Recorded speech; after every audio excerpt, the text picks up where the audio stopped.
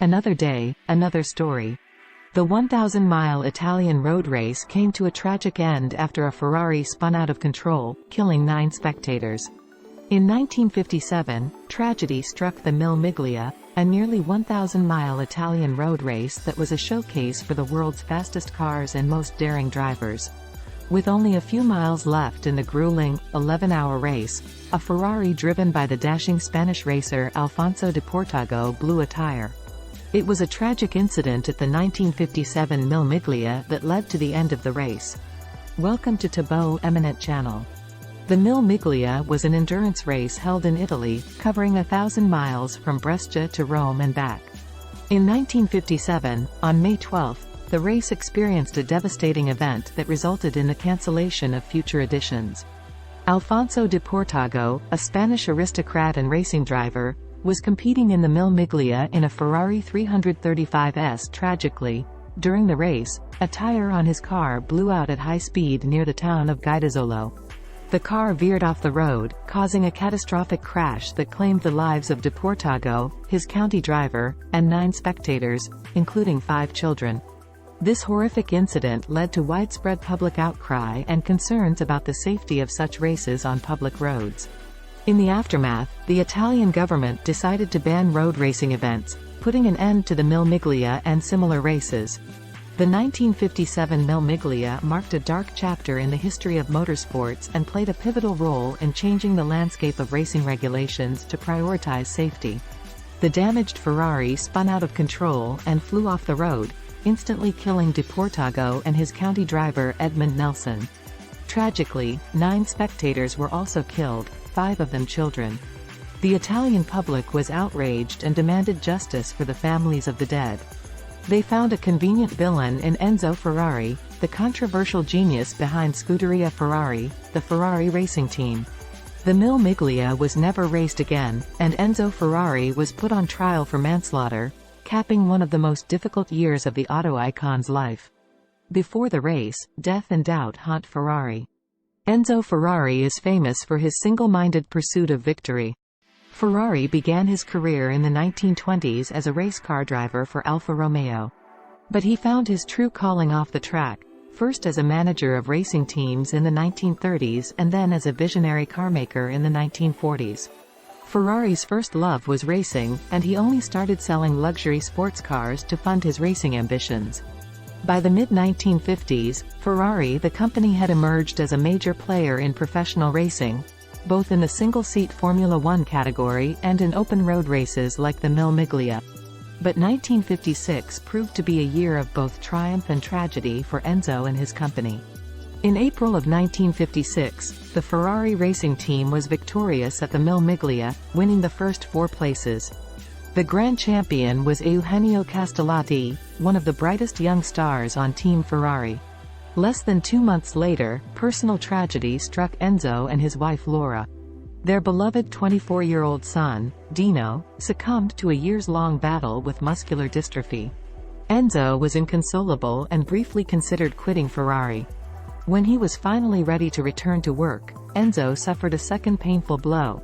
His star driver Castellotti was killed in a training accident on the Ferrari test track in Modena.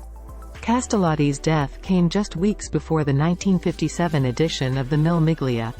For the first time in his life, Enzo Ferrari publicly expressed doubts about dedicating his life to such a dangerous sport. Something had changed within Enzo and the way he was looking at motor racing, says Luca Dal Monte, author of the biography Enzo Ferrari: Power, Politics, and the Making of an Automotive Empire. The night before the start of the 1957 Mille Miglia, Ferrari gave a speech at a big banquet in Brescia. Maybe it was the deaths of Dino or Castellotti that made him more sensible to the whole issue of dying, says Dal Monte. He expressed doubts the night before the race, that what he's doing is actually bringing death to people. The most dangerous sport in the world. Ferrari had every reason to question the ethics of automobile racing. Just 2 years earlier in 1955, the racing world was rocked by the deadliest crash in its history. During the 24-hour Le Mans race in France, a Mercedes-Benz traveling 150 miles per hour collided with another car and went flying into the grandstand. The explosion and fiery debris killed 82 spectators, an unthinkable death toll. The Mille Miglia itself was no stranger to tragedy. In 1938, a gruesome crash occurred outside of Bologna. A speeding sports car driven by two amateurs launched over a tram line and killed 10 spectators, including 7 children. Officials cancelled the 1939 Mille Miglia, but the race proved so popular that they reinstated it in 1940. The very thing that made the Mille Miglia so thrilling is what made all public road races of that era so dangerous. Crowds of spectators, including families with children, lined the route to see the fastest sports cars in the world up close and personal. Drivers pushed their cars to the limit, knowing very well that the smallest mistake could result in disaster. Stirling Moss, the late British race car driver who won the Mille Miglia in 1955, described the race to CNN in 2012. Imagine going up a large incline towards a village and going at 185 miles per hour without knowing which way the road goes, said Moss. It was the only race that frightened me, actually. Alfonso de Portago, international playboy and gentleman driver. The man behind the wheel of the tragic Ferrari crash at the 1957 Mille Miglia wasn't even supposed to be driving that day. Ferrari only invited Alfonso de Portago to race the Mille Miglia after Cesare Perdisa, another talented Ferrari driver, quit automobile racing entirely after the death of Castellati. De Portago was an excellent driver, but racing wasn't his only passion. The son of a Spanish aristocrat father and a wealthy American mother, the Marquis de Portago spoke 4 languages and played a wide array of sports, from high alai, to swimming, to professional bobsledding. De Portago was the quintessential gentleman driver, says Del Monte. He was a playboy, a man who had everything he wanted from life. He could afford to buy fancy cars and drive fast. De Portago and his American friend Edmund Nelson had tried twice before to race the Mille Miglia, but bad luck hounded them at every turn. In their first Mille Miglia, their car caught fire only hours into the race. The second attempt, they crashed into a mile marker within the first few minutes. For that reason, neither De Portago nor Nelson knew the entire Mille Miglia route firsthand, ratcheting up the danger of the 1957 race. But De Portago, who once flew an airplane under a London bridge on a bet, equated danger with adventure. It is the uncertainty of the future that attracts the adventurer most, De Portago said. Few professions have less security and more uncertainty about the future than motor racing. One can be on top 1 second, but all it requires is a very small error and one is very embarrassingly dead the next. The last Mille Miglia. At 3:30 p.m. on May 12, 1957, De Portago and Nelson were 21 miles from the finish line when they entered a straightaway near the northern Italian village of Cavriana. Thundering down the road at 155 miles per hour, something punctured the left front tire of the Ferrari, possibly one or more reflective lane markers known as occhi di gatto, cat's eyes.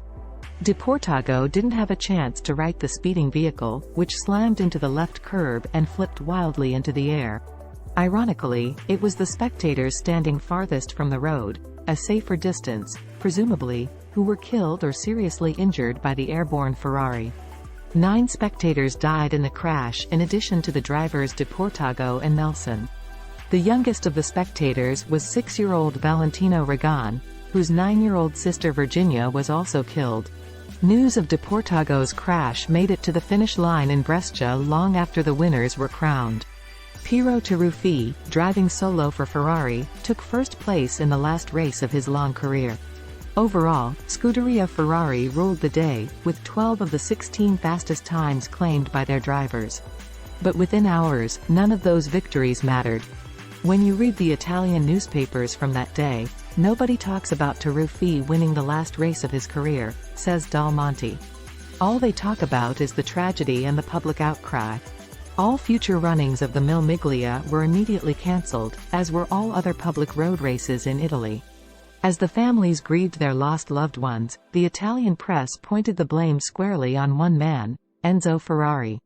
In the Osservatore Romano, the official newspaper of the Vatican, editorial writers compared Ferrari to Saturn, the mythological titan who ate his own children in order to live.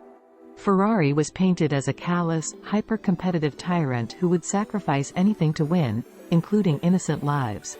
Dal Monte says that the opposite was true. The crash at Mille Miglia was probably the worst thing on a personal level that ever happened to Enzo, says Dal Monte. Death in motor racing was nothing new, sadly, but this time it was different. Not only were they spectators, but 5 of them were kids. Soon Ferrari found himself facing something far worse than bad press or a tormented conscience. He was charged with 11 criminal counts of manslaughter. Ferrari on trial. At first, the situation looked bleak for Ferrari.